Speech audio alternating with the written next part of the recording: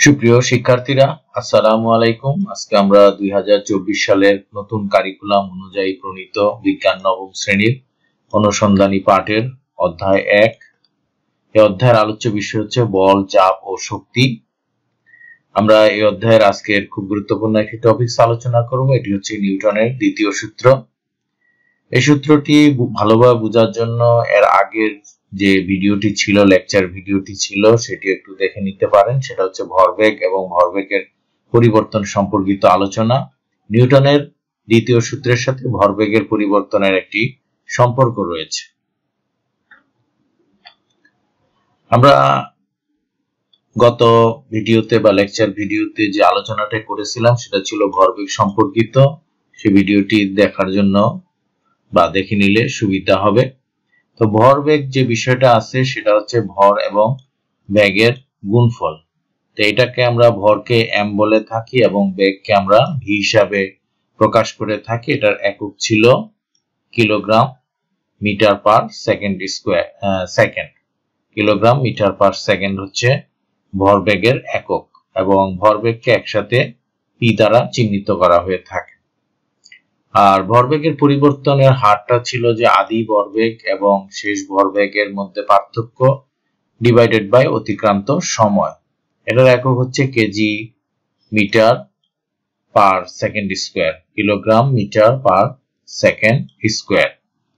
এই বিষয়টা আমরা প্রিভিয়াস ভিডিওতে বা পূর্ববর্তী লেকচারে বিস্তারিত আলোচনা করেছি। এখন এই ভরবেগের সাথে নিউটনের দ্বিতীয় সূত্রের বিষয়টা কি, সেটা হচ্ছে নিউটনের দ্বিতীয় সূত্রতে বলা হয়েছে কোন বস্তুর ভরবেগের পরিবর্তনের হার, অর্থাৎ একটা বস্তুর ভরবেগের পরিবর্তনের হার উপর প্রযুক্ত বলের সমানুপাতিক, অর্থাৎ সেটার যে ভরবেগের পরিবর্তন ঘটে সেটার সাথে বলের, এটার উপরে আরোপিত বল বা এটার উপরে বস্তুর উপরে যে বলটা প্রয়োগ করা হয় সেই বলটাকে সমানুপাতিক বলা হয়েছে। এবং বল যেদিকে কাজ করে ভরবেগের পরিবর্তনও সেদিকে হয়ে থাকে। এটাই স্বাভাবিক বিষয়। আমরা যে বস্তুর উপর বল প্রয়োগ করব সেটা তার ওই নির্দিষ্ট দিকেই চালিত হবে।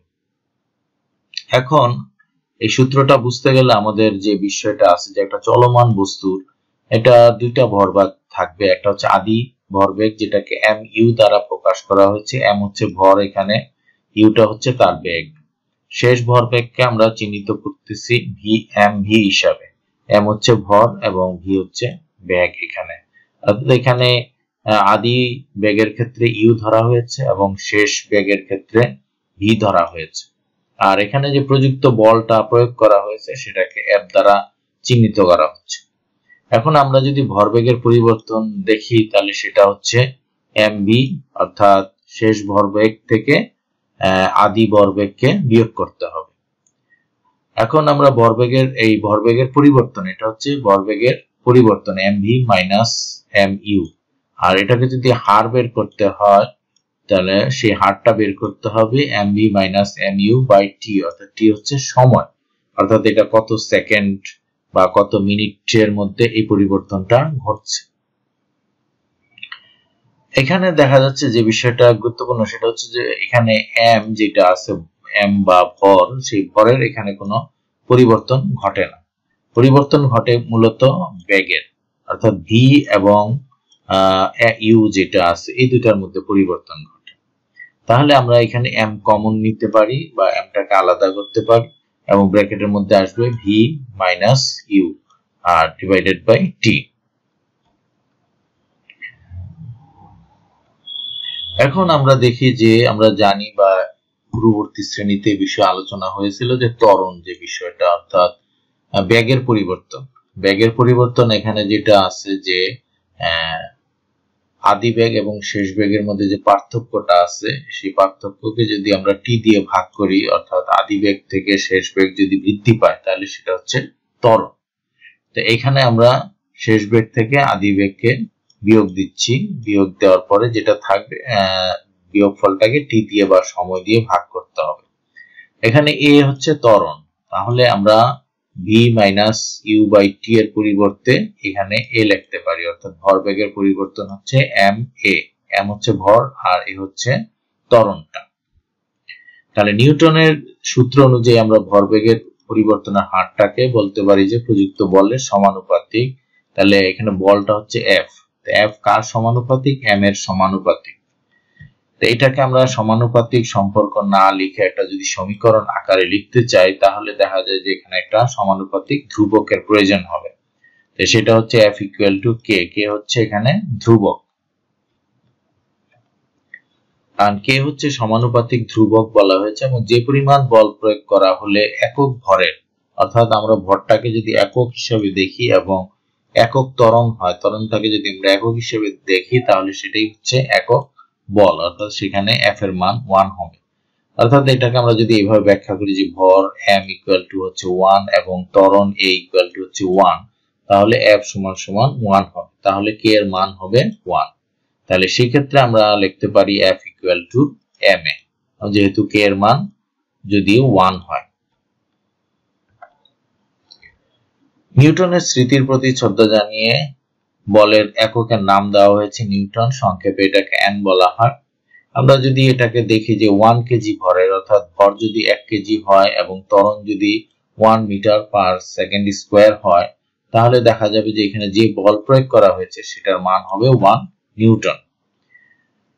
তাহলে এখানে সবগুলোর মান যদি ভরের মান 1 হয় বা ত্বরণের মান 1 হয়, তাহলে নিউটনের মানও 1 হবে। আর বল যেহেতু ভরবেগের পরিবর্তনের হার এবং ভরবেগের যেহেতু সুনির্দিষ্ট একটা দিক আছে, সেজন্য বলেরও সুনির্দিষ্ট একটা দিক থাকতে হবে।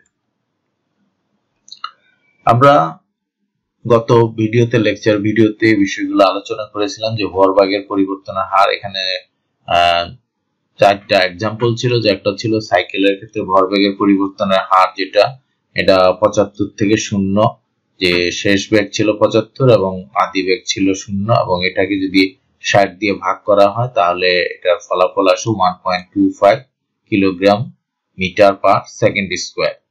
তাহলে এটার মান যদি এখানে ভরবেগের পরিবর্তনের হার যদি সাইকেলের 1.25 হয়, তাহলে এটার বল হবে 1.25 নিউটন। আমরা জানি এফ ইকুয়াল টু হচ্ছে ভরবেগের পরিবর্তনের হার বা এম এ।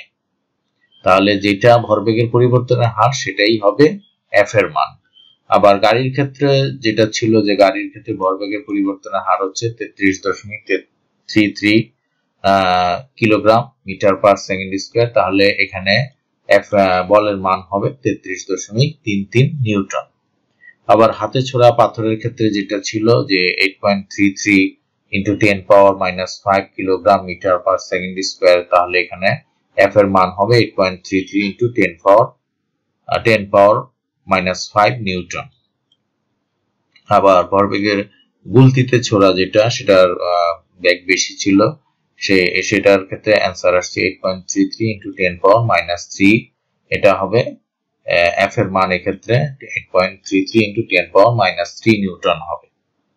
তো এই হচ্ছে এক্সাম্পল গুলা। এখানে আরেকটা এক্সাম্পল বইয়ের মধ্যে আছে, যে কোনো বস্তু যদি 50 মিটার পার সেকেন্ড বেগে চলমান একটা বস্তু, এটার ভর হচ্ছে 750 কেজি, এটা 10 সেকেন্ড পরে এটার বৃদ্ধি পেয়ে এটার ভর বেগ হচ্ছে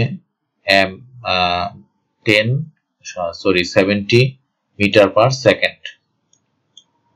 তাহলে এখানে বলের হিসাবটা কি হবে? এখানে প্রথমে আমরা ত্বরণটা বের করি। এ ইকুয়াল টু হচ্ছে যে আমরা শেষ বেগ হচ্ছে এখানে শেষ বেগ থেকে আদি বেগকে আমরা বিয়োগ করে টি দিয়ে, অর্থাৎ সময়টা দিয়ে ভাগ করব, অর্থাৎ 70 ডিভাইডেড বাই 70 থেকে 50। 70 হচ্ছে শেষ বেগ আর আদি বেগ ছিল 50, এটা বিয়োগ করলে 20 হবে, 20 কে 2 দিয়ে ভাগ করলে আমরা দেখি যে এখানে 10 মিটার পার সেকেন্ড স্কোয়ার হয়।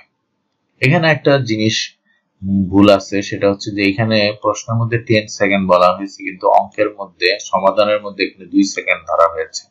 অর্থাৎ সেই ক্ষেত্রে এটা যদি আমরা 2 সেকেন্ড ধরে নেই তাহলে এই অঙ্কটা বা প্রশ্নটা ঠিক থাকে। তো এটা হচ্ছে বিষয়।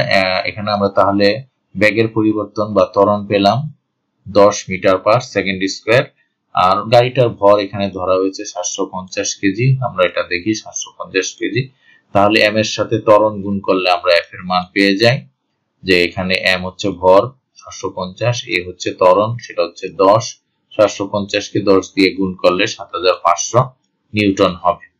তো এই হচ্ছে বিষয়টা। তা আমরা মোটামুটি এখানে বইয়ের যে এক্সাম্পল গুলো আছে সেগুলো আমরা এখানে আলোচনা করে নিউটনের দ্বিতীয় সূত্র বোঝার চেষ্টা করেছি। তা আশা করি বিষয়টা ভালোভাবে বোঝা গেছে।